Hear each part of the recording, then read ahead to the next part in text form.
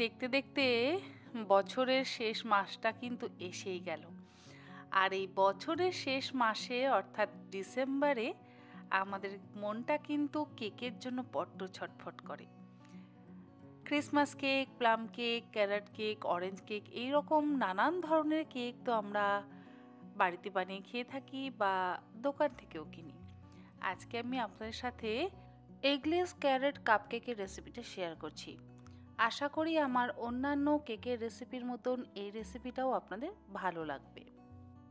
প্রথমেই একটা বাটির মধ্যে নিয়ে নিলাম 1/4 কাপ পরিমাণে সাদা তেল, তার সাথে দিয়ে দিলাম 1/2 কাপ পরিমাণে টক দই এবং 1/2 কাপ পরিমাণে নর্মাল টেম্পারেচারে থাকা দুধ, আর দিলাম 1.5 চা চামচ পরিমাণে ভ্যানিলা এসেন্স বা ভ্যানিলা এক্সট্র্যাক্ট। এবারে এই চারটে উপকরণ একসাথে ভালো করে মিশিয়ে নেব। আজকে কিন্তু এগলেস ক্যারট কেক বানাচ্ছি।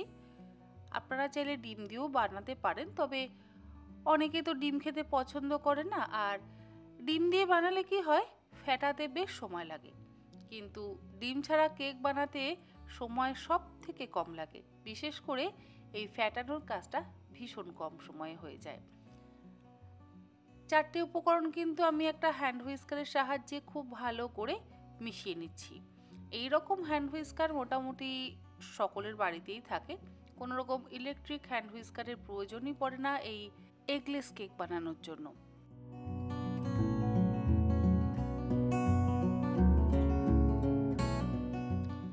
লিকুইড উপকরণগুলো একসাথে মেশানো হয়ে যাওয়ার পর এবারে একটা ছাঁকনির মধ্যে নিয়ে নিলাম 1/2 কাপ পরিমাণে গুঁড়ো চিনি। সবসময় কেক বানানোর জন্য কিন্তু চেষ্টা করবেন চিনি গুঁড়ো করে নিয়ে ব্যবহার করতে। এরপরে এর মধ্যে দিয়ে দিলাম 1 কাপ পরিমাণে ময়দা। চিনিটা চেলে নেওয়ার পর ময়দাটাকেও ভালো করে চেলে নিচ্ছি।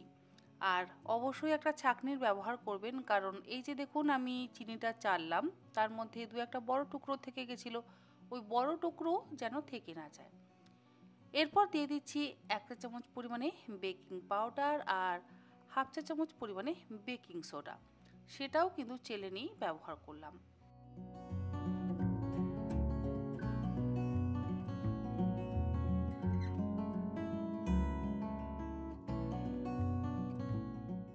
শুকনো উপকরণগুলো এবারে একটা হ্যান্ড হুইস্কারের সাহায্যে আবারও ভালো করে মিশিয়ে নিচ্ছি।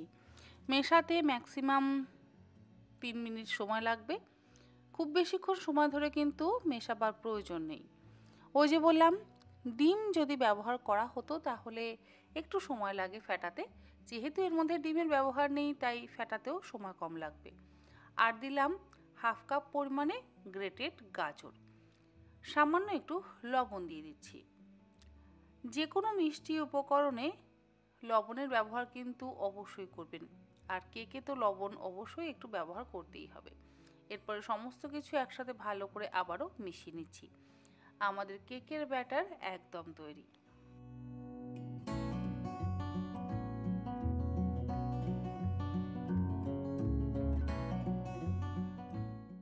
কেকের ব্যাটার তৈরি হয়ে যাওয়ার পর এবারে আমি নিয়েছি কিছু মোল্ড।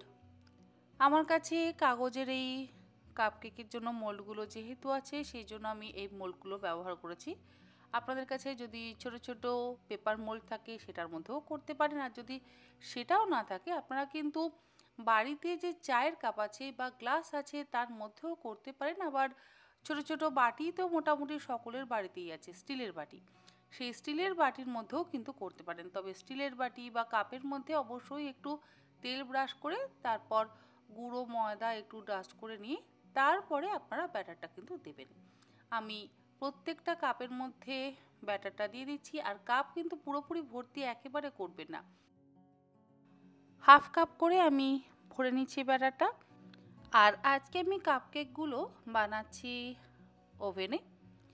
যদি আপনাদের কাছে মাইক্রোওভেন থাকে তাহলে মাইক্রোওভেনও বানাতে পারেন। মাইক্রোওভেনে বানালে 180 ডিগ্রিতে মানে কনভেকশন মোডে আপনারা 10 মিনিট প্রিহিট করে নিয়ে তারপর কিন্তু কেকগুলো ওভেনের মধ্যে বসাবেন, আর 15 থেকে 20 মিনিট বেক করতে হবে। যদি ওভেন না থাকে আপনারা গ্যাসেও করতে পারেন। গ্যাসে করলে কড়াইয়ের মধ্যে হয় বালি, তা না হলে একটু নুন, তা না হলে খবরের কাগজ দিয়ে তার উপরে কোনো একটা খাবার রাখার স্ট্যান্ড রেখে একটা স্টিলের পাত্র রেখে আগে ঢাকা দিয়ে কড়াইটাকে প্রিহিট করে নেবেন।